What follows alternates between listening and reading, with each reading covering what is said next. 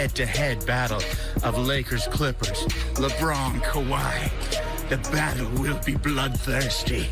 Who will emerge victorious? LeBron will, of course. I'm changing gears now, Kawhi. You're going down. Hater in the house. Oh, that was awesome. Yeah. It's good to see Jack Black's alive. I haven't seen him in a while. I haven't seen him in a while. Didn't even, we sat here in the whole commercial break, had no idea that was him. See, that looks like maybe he's hanging out in your old neck of the woods. Little Hollywood Hills estate. Nice little backyard. Yeah, they have those special little pines up there. They only grow them in certain parts of the world. Yep, absolutely. Jack Black living his best life. I didn't know where. Yeah, I could do a day with Jack Black, man. Oh, well. An afternoon. How many? What? Stop. See, Don't test me. You're approaching 30 years. Oh, no, you don't want to reset the clock. No, I'm not going to be drinking. No. I can have a lot of fun. Oh, yeah. Honestly, I miss 60% of the conversation that happens out here. We know. 60? Back to the Cowboys. Most of the team boarded a plane yesterday from Dallas to Oxnard, California, side of the Cowboys training camp. One notable absentee, Ezekiel Elliott. Zeke still has the opportunity to show up today in order to officially avoid a holdout. Bart, what do you make of this? I mean, I think that he's doing the right thing. This is when he's going to have the most leverage. This team is in the window. He's last on the list to get paid when he should be first. Do you think he's going to hold out? You think he's not going to show up to camp? I would. I think Le'Veon Bell really set a precedent when he decided to stay out for a whole year. Now, I don't think Zeke will stay out a whole year, but I think he'll stay out long enough to put the pressure on them. Like I said before earlier this week, you know, Jason Garrett didn't get that friendly 2-year extension. No. He's coaching for his life. He's on call, so I'm sure he's going to continue to put that pressure. Why would I care about about Cooper, who's coming in from another organization? I'm homegrown. I've lived up to my expectations. I've exceeded my expectations. He's 37% in the offense. He helps you. He helps that offense and the defense. He's the best offensive player and the best defensive player because he eats up clock. He keeps the chains moving, allowing that defense to be rested, to come out so they can play with their hair on fire. He's the most important piece on that team because he makes everything go. He's the engine. Without him, you're just a shiny car. And you don't have to be the quarterback. I know the quarterback will get the highest salary, but it don't from a priority standpoint. Remember the great teams you were on, man, the highest paid players, them defensive players. Yep. They made all that money. And to think that other guys in the locker room aren't watching and don't know, they realize the pie is this big, and they realize right now Dallas got a sliver.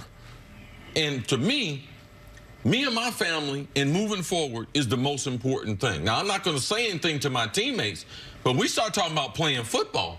When they start passing out that money, let's start with who's the best at doing that. That's what we're here for.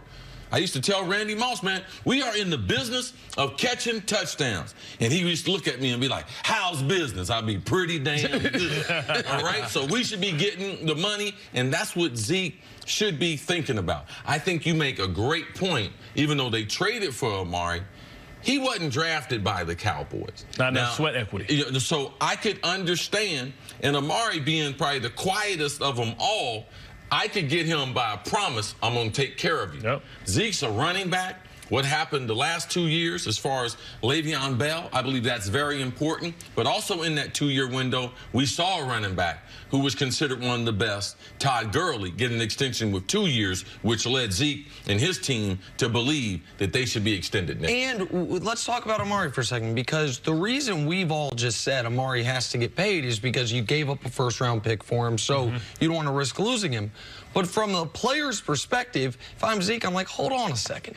So you get higher priority because it, for rightly or wrongly, didn't work out with your first team. Right. Because you were on a second team, you get higher priority than me, who's been great the entire time. But Zeke also has the Cowboys' history working against him in this regard. Since Emmett, they've only given a second contract to one running back, Marion Barber.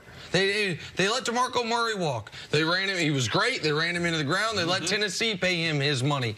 And it's not like Zeke is in the position Le'Veon Bell is, where his contract was expired. He'd played under the franchise tag. The Cowboys, if there was no human element, they would probably rightfully look at this and say, okay, we got him this year cheap, next year cheapish at the 5th-year option.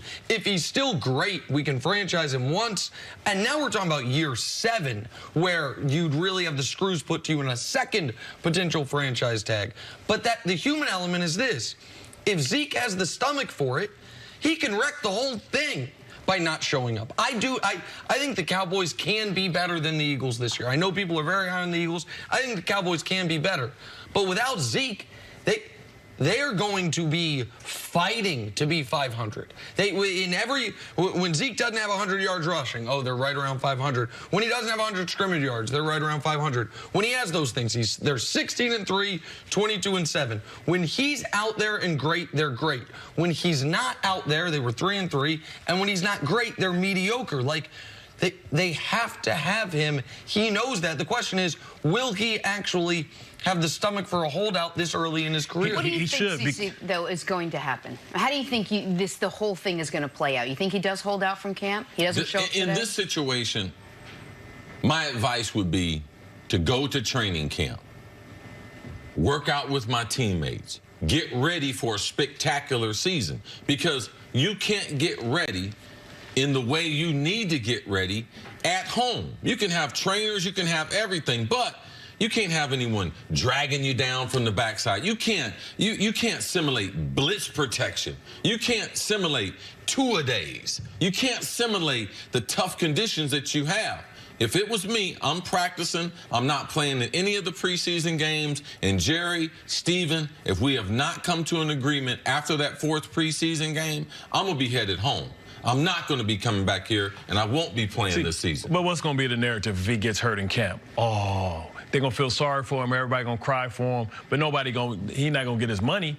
Like, the difference between him and the other guys is he has the shortest shelf life. Yes. They got double the shelf life he has. He's been in the league 4 years. He's going to get hit over 500 times, or at least over 400 times. He's talking about he can get in shape to carry the ball 500 times. Let's talk about those blitz pickups and all those things. And running back, you take all the hits. And you're not just getting hit by one person. You're getting hit by 2, 3. They chopping at your legs, chopping at your knees. Right, all that. They hitting you regardless. So he's taking the biggest punishment. He's going to have the worst quality of life after football, unless, Dak or somebody gets a crazy injury. So he's going to have the worst quality of life. He needs to get paid first, because he's only realistically has 4 more years at the top, where Dak can play for 16 years, where especially with the rules now. Amari Cooper is out there on the island getting tackled by little guys his size.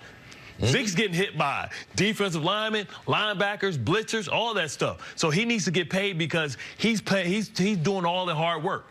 Well, and the other thing for the Cowboys is they paid Tyron Smith after 3 years. Zeke could come to him and say Todd Gurley, and they can say, well, that's the Rams. Yeah, that's their business. But then he can say, okay, Tyron Smith. He was a top, I think it was the 11th pick, but a high first-round pick, was great for 3 years. You paid him. Why would you not pay me? And Zeke now, when you look at Stephen Jones's comments from May, I'm going to keep going back to it. In May, he was asked about Zeke, and he said, we've got a couple years to figure this out. That would have set off alarm bells if I'm Zeke. When I heard Stephen and Jerry talking about Dak before they got Amari, when Dak was struggling, say, oh, Dak's going to be our quarterback, we're going to pay him. In order to help Dak, they traded a first round. So think about it from this perspective. You love Dak so much, you commit to him earlier than you have to, and to support him, you trade for a guy that now also jumps me in the line. Right. And when I'm better than all of them. So, Zeke has some leverage because he's so good. The question is, does a guy at that age, in this position, have the stomach for the holdout you guys are talking about? You're saying not show up at all. You're saying don't play in any of the games, which is just a different type of holdout. It's a tough spot when you're not Le'Veon Bell, who's already been in the league 5 years, already been paid a few times. But Le'Veon and the Steelers got nothing. They didn't get any yardage out of Le'Veon, and they didn't get anything in him in a trade. I think if it comes down like that and he decides to stay out there, they're going to have to make a move. That's why you're watching with the Chargers that, Gordon's going to have to get either traded. They're not going to sit on that, let him sit out and hit free agency and let him go and get nothing in return. Bart, thanks so much for joining us today. Great job, man. Appreciate it. Call it F-It Fridays. Coming up, will Carson Wentz live up to his big payday? That's next on First Things First. It's going to be hot this weekend in New York. You might need a little more juicy. Introducing the new Eat and Play combo at